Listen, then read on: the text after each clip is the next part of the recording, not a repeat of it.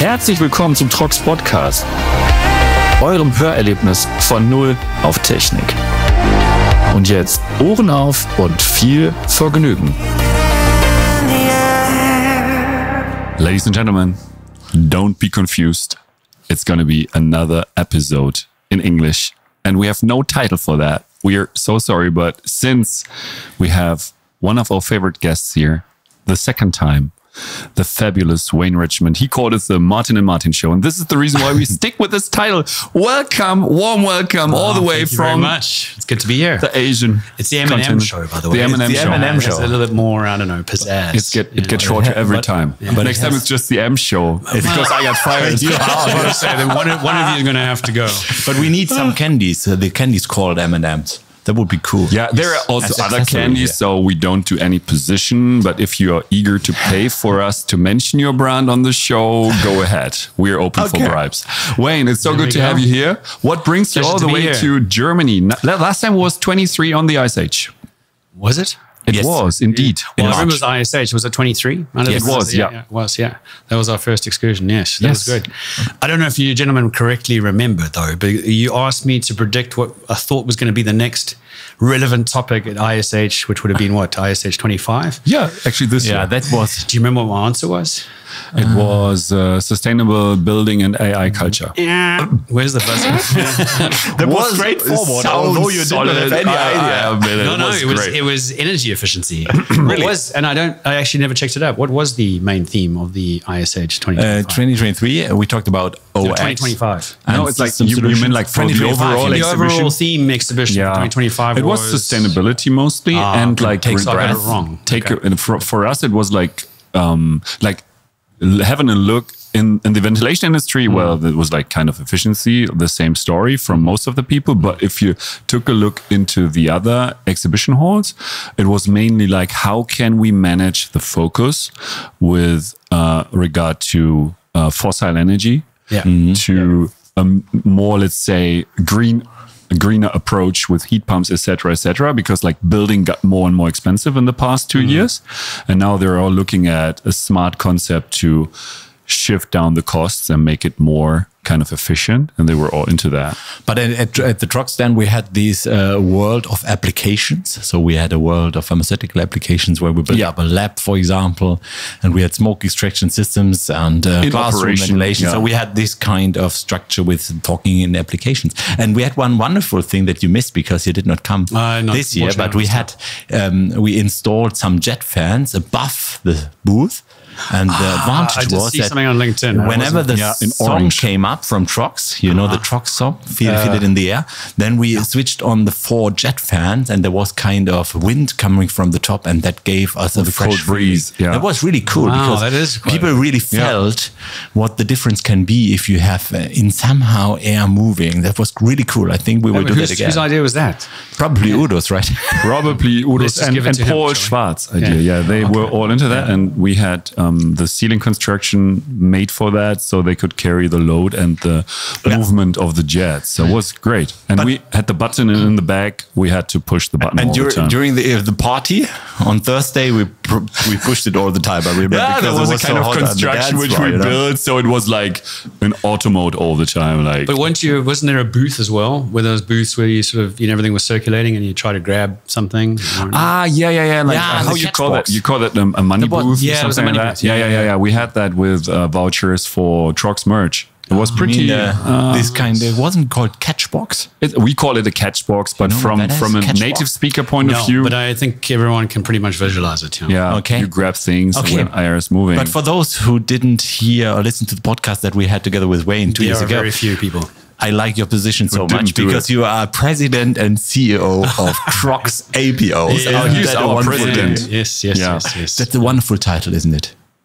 Inherited, not created, I should say. Yeah, but I find it's a legacy title. But it's great to have There's an interesting story behind it, though, because you'll find it's probably the only title in the TROX group that exists that way. Really? And the reason actually was because back in the day, before I was with TROX, my predecessor was actually responsible for not for only the Asia Pacific region, but also for the North American organization. We're talking about Peter. That's correct. Peter Jooste. Yeah. Shout out. So it was really important because in the context of the American business environment, the president is an important figure and considered the CEO version, I suppose, or the MD version. And so it made sense for him to combine the titles to make sure that wherever he is in the world. So that's kind of stuck. Sounds cool. Although I haven't had anyone call me Mr. President just yet. But now we will start, Mr. President, with the topic for today. Actually, and you know, it does. Today we don't want to focus on the complete APO region, but we want to focus on China because there are amazing things happening, ongoing, right now, and in progress. There are. And maybe you can tell us something about the situation that we have with the new site. Yeah, it's very exciting for many different reasons. The first, of course, is that we are investing such a large sum of money into the expansion plant in China. We've been there for almost 25 years now. 25 years. Where did it start, Wayne? Where or when? Where? I mean, when is like when 25 years is pretty obvious, but where? Is it like Beijing or where was it? It was still in Suzhou. So the Suzhou is a city about 70, 80 kilometers outside of Shanghai, which is obviously on the east coast in the province of Jiangsu. And we've been there since we opened in 2002. But we've had facilities that we've rented. So we've actually moved twice during that period of time. And we now currently have 2 facilities in Suzhou. Both of them are rented facilities. Moving forward, the decision was taken that it makes a lot more sense for us to plant a flag in the ground and invest in the future of China, which we believe in wholeheartedly. So we have done that, and we purchased a piece of land. We are then bringing the 2 different facilities together and we're currently building a singular campus. So from scratch, right? Greenfield project. Yes. So when you first got the confirmation that you can do it, what were the most important things that you wanted to have in this new factory and site? Ooh, that's a good question. I think, first of all, the first reaction was a combination of excitement, exuberance, and relief. The team worked really, really hard in putting together the case because it's not an easy case to make.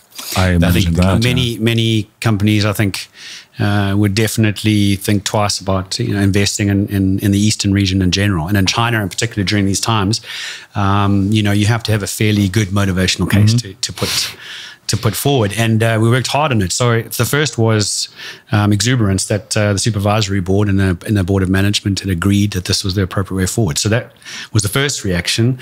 In terms of what to put in place, the most exciting part was how to expand and improve our customer experience center that has been such a success in China.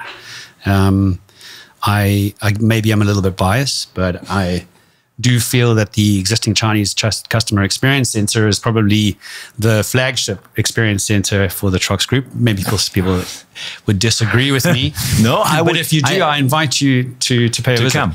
But that one's going to be upgraded. So the first thing is that, we are upgrading the customer experience center. We've had some learnings we're going to take through to the new plant.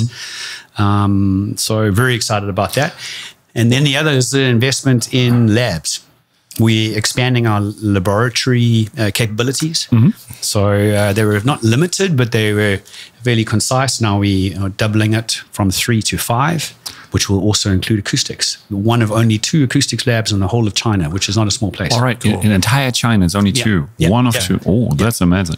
Well, I would have one question, Wayne, regarding the overall economic development in China. Is this considered to be a risk to build a kind of new factory in an environment where it's supposed to crash, from the building industry? Is this if we talk about Evergrande, et cetera, a lot of people would have, on the top of their head, oh man, this is a kind of shaky business right now. How would you perceive the overall economic development? Is TROX affected by that? I think every company in China would be affected by the macroeconomic environment of China. I think and when you paint it in a scenario of looking at Evergrande or Country Garden, it doesn't paint a great picture, but those are 2 development companies that, let's just say, had a horrible business practice that eventually came around to bite them. That said, I don't want to minimize the impact that it's had on the Chinese economy, combined with COVID and the approach to COVID. It has had a difficult impact on the economy, but luckily, with an investment of this nature, this size, you don't invest for the next 3 years. No one ever builds a building or puts a business plan together that's only going to cover the next 5 years, right? So the simpler question that needs to be answered is whether or not TROX as an organization believes in the future of China. And if the answer to that is yes, then it comes down to a financial question. And that was actually the easiest of the two to answer. So both those two together, it was yes. And the rest is history, so to speak. But I will say this, there are advantages to taking that risk, as you phrase it, in this moment in time. I think it's Warren Buffett who's credited with, saying, be fearful when others are being greedy and be greedy when others are being fearful. That, in fact, was the opening motto for the presentation to the supervisory board. Seriously? Absolutely. Oh, that's a bold move, but it worked, though. It worked. Great. And the reason for that is because in this time, there are not a lot of companies that have been jumping up to invest in China.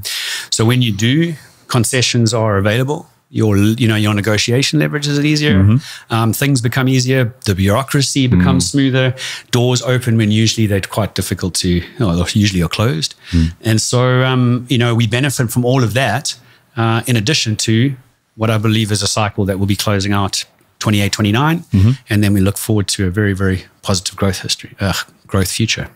And what I find amazing when you say you even want to improve the experience center, because the old one I found already fascinating. I don't know if you have seen that. I haven't seen it live, because when I came over in 2019, it was not there in the latest stage, but I saw the videos, and the videos were just amazing. And when when you say it's probably one of the best in the TROX group, I said it was the best. No, but people would say it's like, but I would confirm just from the videos. I found it so fascinating. So you did a wonderful job. Thank you. And I think for coming back to the factory, investing in R&D facilities together with this experience center, of course, will give customers the chance to have just a customer experience and feel really what it means to be a market leader and let's say competence leader in ventilation and air conditioning. Well, I mean, that was the objective. So to your point, I think we do a fairly good job across the group of putting together static walls of product display, shall we say.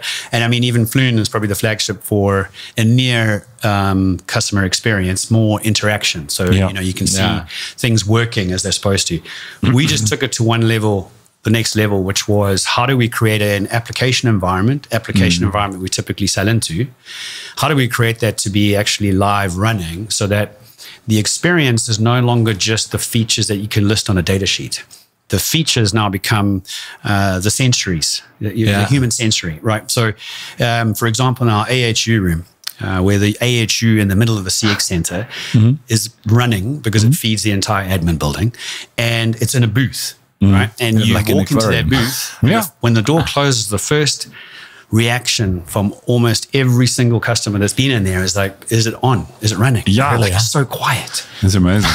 And then that's one of the sensory items, right? So the acoustics is important, and it's a selling point. It's a USP for us, not only in AHU, but across many of our other products. What were the other environments that you have in the existing site? We have obviously the AHU, which is purely the product. But then we have, you must forgive, the timing was pretty much spot on because this was COVID time, right? So we actually have a hospital room where we have a hospital bed. I mean, still, maybe occasionally it can can be quite handy after a big night out. But nonetheless, we have a room, we have an air pressured room, we have a fume hood lab environment. And then, of course, we have the typical office, commercial type of environment, boardrooms, and a residential sector.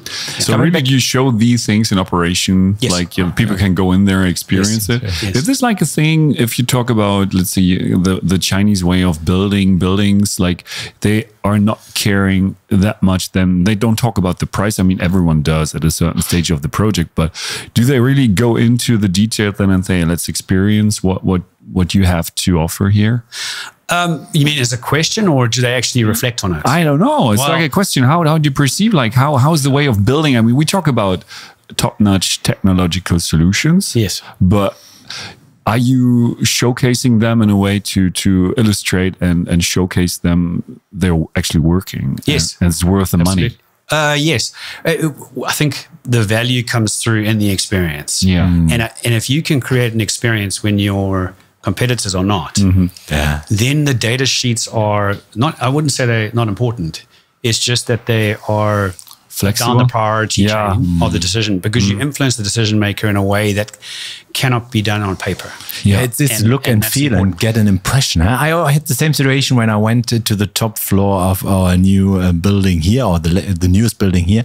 The same situation, air hunting unit in operation, and the lady came in and said, wow, is it really running? There we go. And that's impressive for people to see that you get these things silent. But coming back to the new factory, so you have some facts for us? So Some what facts? Some Right. Yeah. Some basic facts. Yes. So fun fact. There is a fun fact. There is a fun fact about the factory anyway. Okay. It's the second largest factory by square meters by size in the entire group. So the only larger one is Anhalt. All right. So this China factory will be the second largest in the world for the TROX group. And that will come in at about 34,000 square meters in floor space for production. That's a lot. Yeah. Yeah. And then about 6,000 square meters of administration, including about 1,000 square meters of customer experience. Wow, that's a lot. It's like It is. 4 football pitches. What other things were important when you planned the building? Well, I think I've mentioned the laboratories already. Yeah. That was one aspect. The other was, of course, for us to try to walk the walk, so to speak. You know, we've heard a lot of talk or conversations, especially nowadays, about sustainability. Yeah. And I think companies are still figuring out how to marry sustainable efforts with the bottom line, which is understandable.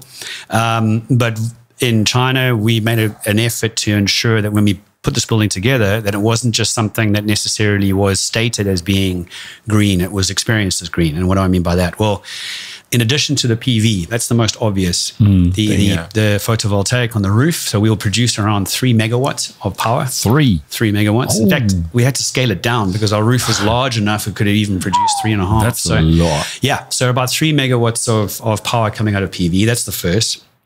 But more importantly, the second is we are going for the LEED Platinum certification for the entire building, not just the administration. From the, is it there a local board in China doing that, or is this like the American standard? No, it's American standard. It's the global LEED organization. organization. Chinese subsidiary doing that. No, it's global LEED.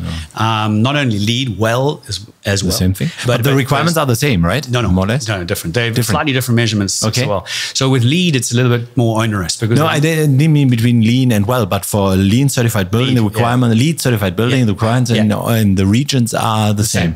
No, absolutely the same. Yeah. And what I've learned, because of course, for me, I'm more of a marketing guy. So president of marketing. I'm just the vice president. The vice president of marketing. I'm just the vice president. Well, that's okay. Hey, listen, we have aspirations. Yeah. Maybe I'm running in the next term. You never know. You never know. Although you have the same age, right? You are just the vice president. I'm just the vice president. I'm a wise president. Oh, wow. There we go. That's a pun. It's on me. Wayne is asking himself, how old is Martin? No, I was, because I knew how old I am, and you said we're the same age, so that was pretty easy. Yeah, but maybe that's not true. Yeah, I didn't think it was true, but I didn't want to get because he looks better. No, actually, Wayne is younger. Well, I'm certainly taller.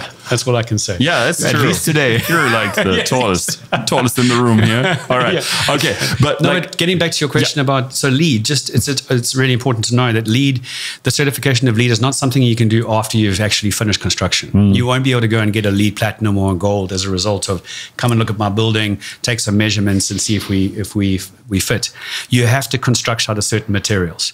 There are many different steps that need to be taken in order to achieve it that can only be taken from building from scratch. So as a result, we'd be very proud to announce that we would be the first LEED Platinum certified entire building within the Suzhou area, which is a lot to say. Really? There are a lot of many foreign companies, including Bosch. Wow. Right. Shout out to Bosch. Yeah, shout out to Bosch. They invested 1 billion euro recently. Excuse me, 1 billion RMB. But if these people have questions, we would support. They could sponsor us. True. Anyway, so we'll be LEED Platinum certified for the entire building, which is including the production area. So that's the first. But they do this while you're constructing it, right? Not so only they have you consultants consult with them. You have to all the time, like from the planning. Yeah, because you know, if you've got a choice between materials, you can't just go for the most economical. So you go for this or that. Yeah, right. They advise you on which one, and then of course the consultants and advisors are not the auditors. Oh no, right? no, so they're not. You know, there's still risk, but ultimately that's the part of what they're supposed to do is their job. What was the reason why you said I want to have that, or we want to have that? As I said, I'm more of a marketing guy, so I'll be honest and say that I wanted to be able to walk the talk. Yeah. So here's my philosophy. I think it's easier to sell, and I think it's easier for us as a company culture to get behind the notion that we are a company that provides an expert HVAC experience. Right? We produce and manufacture different HVAC components. I think it's easier to sell that when, and we're a sustainable business. And I think it's easier to sell that when the facility that we manufacture our products in, or we bring our customers to, encapsulates that entire philosophy and everything that it can. So we don't simply talk about it and point to milestones. They're experienced in a building, ultimately, that is all of that we talk about. So we not only do we produce a sustainable type of product that helps with sustainability, we do it in a sustainable way, in a sustainable building. And I think that's very difficult for many of our competitors to do. So yes, does it cost more? Yes. Do you invest more upfront? Yes. But the return in my mind is already there. And also seeing it from this perspective that you have hands on the energy monitoring, et cetera, et cetera. Yes. So you actually do save the money in the long run. Right? Again, that goes without question. That's often lost. It's a very good point. It's often lost because people look at the investment cost. And I don't want to do that. Yeah. But you do get an actual financial return in the running of the company as well, at least the building as well. How did you start like planning the entire factory from an HVAC point of view? Because I mean, you can go to a designer or to an architect and say, I need a factory, right? So how do they respond to manufacturers such as us, TROX, at this stage when you tell them, all right, but I need my gear in there. I need to showcase my A game in this building. Could you do that for me? It's a really, really, really good question because it's been the basis of many discussions, sometimes a little bit heated. So what's interesting in China for me, in my experience, is that the different stakeholders in the process, like an HVAC designer, because we outsource that, we're not HVAC designers. No, we're not. So they get involved, is of course they're very proud about the work that they do. They do. The engineering they put together or the ideas they come up with. And as a result, as most engineers or any other professions for that matter, when you designers in particular, when they come up with a plan and they like it themselves, it's very difficult to move them off that if you don't necessarily agree.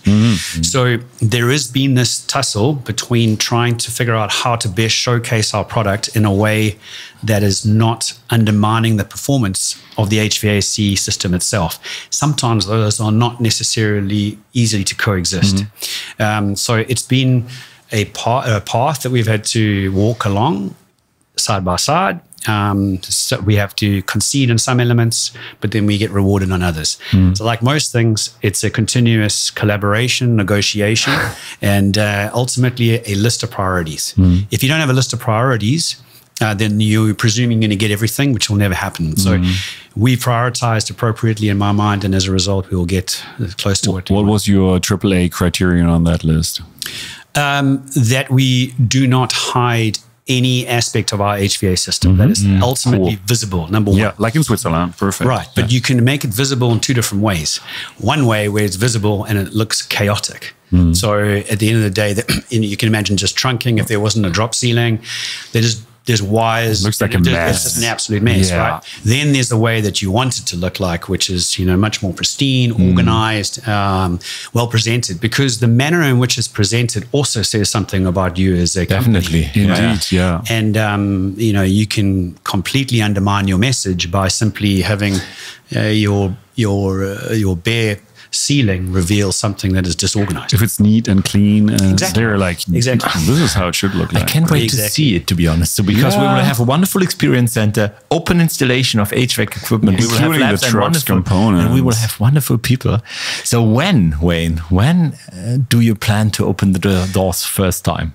We'll become operational on the 1st of March, 2026. Yeah. So you're moving all the gear from the 2 facilities which we own to this one. We don't own the 2 facilities. I mean, it's like which you operate, yes. right? So they are rented. Yes, rented. Don't ask us whether we sell it. So they're rented. Okay, perfect. Made that clear. Yes. But you're moving all the gear to this new facility then? The majority of it. There's some gear that can't be moved. For example, you can't, just up and move a powder coating line, for example. But then there are machinery that we'll take across. And then, of course, there's a lot of investment going into new machinery, more advanced automotive, at least automated, and robotics. All right. Yeah. So there'll be some nice robots, new robots that we get to add as well. So that will take place over the course of the Chinese New Year. So one of the tricks here. That's in February, right? And then 1st of March is the operational. Operational. So we obviously start before that, but that's the trick. How do you migrate from 2 different facilities into a singular campus without impacting your operations? How do you do that? By choosing a holiday. Chinese New Year. Yeah, Chinese New Year. But do you find enough people working then? No, well, you arrange it. You pre-arrange it. So you pay a premium, of course, because it is the largest holiday for China. I know. But the supply chain on either side tends to be down in a week or 2. So it's like I don't know if in Europe it's the same as necessarily in Australia or South Africa, where over December, the construction period is 1 month holiday, basically. So construction is basically shut down. It's similar to that. So if you just move that across to February, you've effectively got around 3 to 4 weeks. It's like because people, what I read on the media, like people are traveling across the entire country. Yeah, they just need time for that. So maybe it's comparable to the time, let's say, from mid of December to mid of January in Europe. Yeah, like also when holiday things happen. Here, it's a perfect time if you take the whole of Europe moving over that period of time, you probably have that's the movement in one city. It's like in the US Thanksgiving, probably. Yeah, very good idea. Yeah. Anyway, so yes, but we'll be testing already in December. The powder coating line, for example, the new powder coating line will be test run in December already. I should put this in context. You must remember the approval from the subsidiary board, at least the supervisory board, for the investment came at the beginning of July in 2024. Right? The contract for the purchase of the land was signed at the end of October in 2024. The first piles to be driven into the land was the end of January 2025, and we are operational on the 1st of March 2026. So 30 months, and that's 40,000. I just saw like the time lapse video of how fast this outer construction was mounted by people.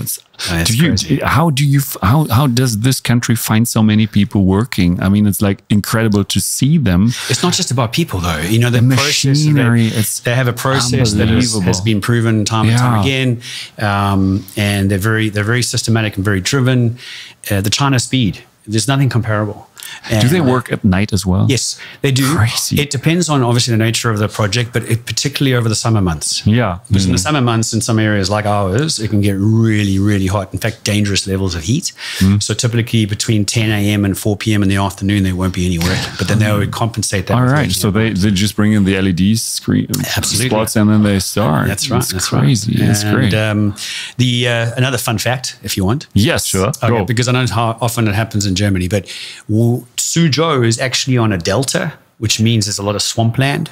So one of the key elements when you're putting up a building is to ensure that the ground is stable, right? So they use piles to drive to compact the ground and obviously support the construction.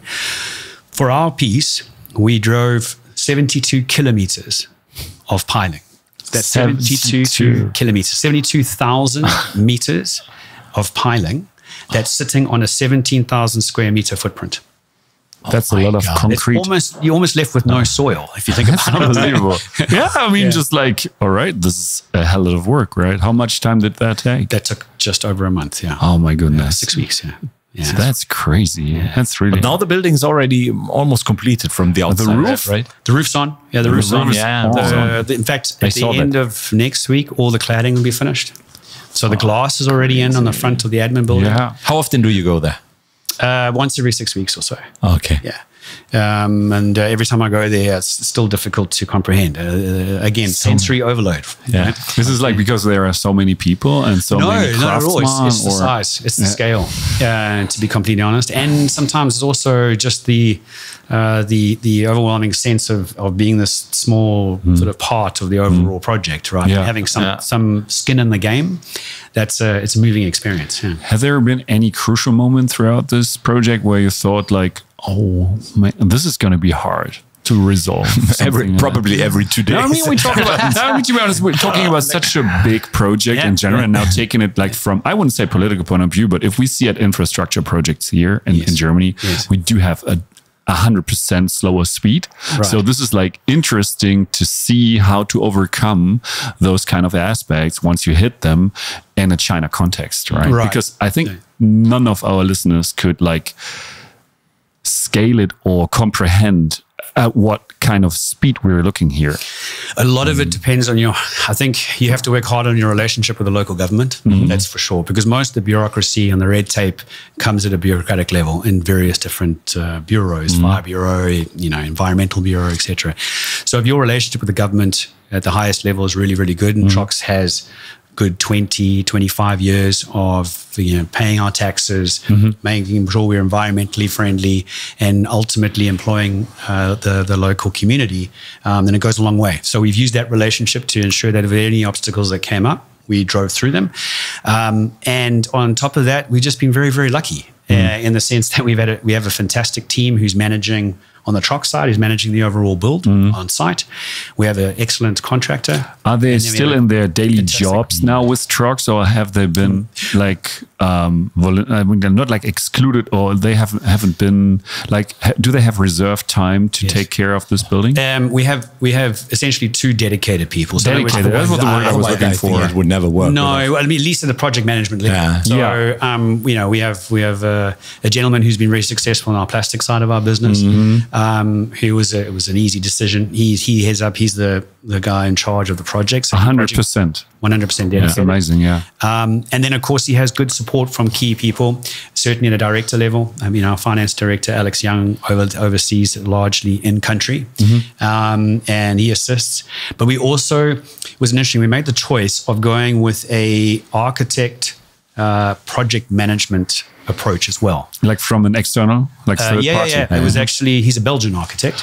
Okay. But his career was essentially built in China, Suzhou. But we used him as a project manager. So there are different aspects he's responsible beyond just the architecture. He's responsible for ensuring that the materials that are selected are proper, arrive on time, the timelines, So we have that external support that we've included into the project. So we've been very, very lucky. We've got some excellent personnel that are involved, and we've got a good relationship with the government. So I would say those 3 things are pretty much the reason for our success. And all the current workers will be transferred to the new factory. They will work there as well. Those who wish to come. Because in China it's a little bit different maybe to Europe. The proximity of the apartment you own or where you live to your work is really important. It plays because it dictates your daily travel. And many people use e-bikes. Yeah. And there's a certain range on these e-bikes, and also a certain comfort on the e-bikes. So they do, it's certainly at a shop floor level, a lot of the workers will take that into consideration. How much further do I have to travel to get to the factory? And some of them may choose to say that's too far from my comfort. But generally speaking, we measure it through survey, and we're very optimistic that we're not going to have a lot of drop-off. Yeah, and I think for the people, it's also great to work in that kind of factory and like new site, comfort, so it's wonderful. Everything. So to be honest, that really sounds as another wonderful success story of our TROX APO team. So I'm really excited to see that once. And this is a formal invitation on air, being recorded. I expect both of you to be there at the opening ceremony in June, because as I said before, this is an international media event, and who else not to have there than the most famous TROX celebrities in the group. I think you could underpin that if you also would dedicate a room to Martin Lenz, because I know that in the lab, in the experience center, you have a Martin Lenz room with this. How you call that? What you put on the wall? Here's like this. What's the English name for it? Like the name tag? Yeah, we named some of the application rooms. There's I don't know if you're interested, but there's a story behind that. The whole idea behind that was to give some type of personality to the room. Yeah. And what you don't see is because I presume you don't read Chinese. Most people who are English who don't read Chinese won't realize that actually there are two names in every single block, right? And those two names represent the people, one in headquarters and then one in China. I knew that. Represent how they work closely with that particular application. Amazing. So that's the marriage between them. That's the naming of the rooms. And yes, we will certainly continue. Mine would be the storage room. Well, no, very good idea. Actually, now that you say that, I mean, Yara's given me a great tour of this facility here, the studio, and already I've taken video. This is definitely going to be something on the list of putting into the new plant, in which case we will need an appropriate name. And then it's Yara. It's Yara. Forget about this. Make it nice. I was just about to say I'm so humbled, but now I'm just devastated. All right. It was so great to have you back on the show, Thank you guys. I'm pretty sure. Thank you very much, Wayne. We make it a hat trick next year then in your new studio. Yeah, we should do it more often than every 2 years, I think. So next time will be probably, or hopefully, that'll be faster. Just do it live from Suzhou. Live from Suzhou. We can do that. We now have the opportunity to do that online or remotely, so that works. Yeah, so we have tried that out, and maybe we can do something in the meantime. Love to come and see you guys there. Let's do that. Amazing. Thank you very much, Wayne. Oh, thank you guys. Have a safe trip back. Thank you. Appreciate it. And thanks to listen. As always, it's great to see you. This is the first time I'm looking at you in a different perspective. It's quite strange to see you. May I take this step with me when I leave? You do. If you make it through security control, it's all yours. You can take it with you in your hand luggage. You won't get it cheaper. You won't get it cheaper in China, I guess. But in China, maybe people are normally smaller than you are. So it's different. Actually, I feel like you when I'm in China. Okay. Right? Okay. All right. We'll figure that out. Thank you guys. Thank you very much. All right. Good one. Thank you. Have a great one, everyone. Take care. Bye-bye. Take care. Bye. Und das war sie auch schon, die aktuelle Episode unseres Podcasts. Wenn es euch gefallen hat, lasst uns gerne eine positive Bewertung da und abonniert natürlich unseren Kanal. Und wenn ihr Fragen oder Themenwünsche habt, schreibt es gerne in die Kommentare. Schön, dass ihr dabei wart und bis zum nächsten Mal.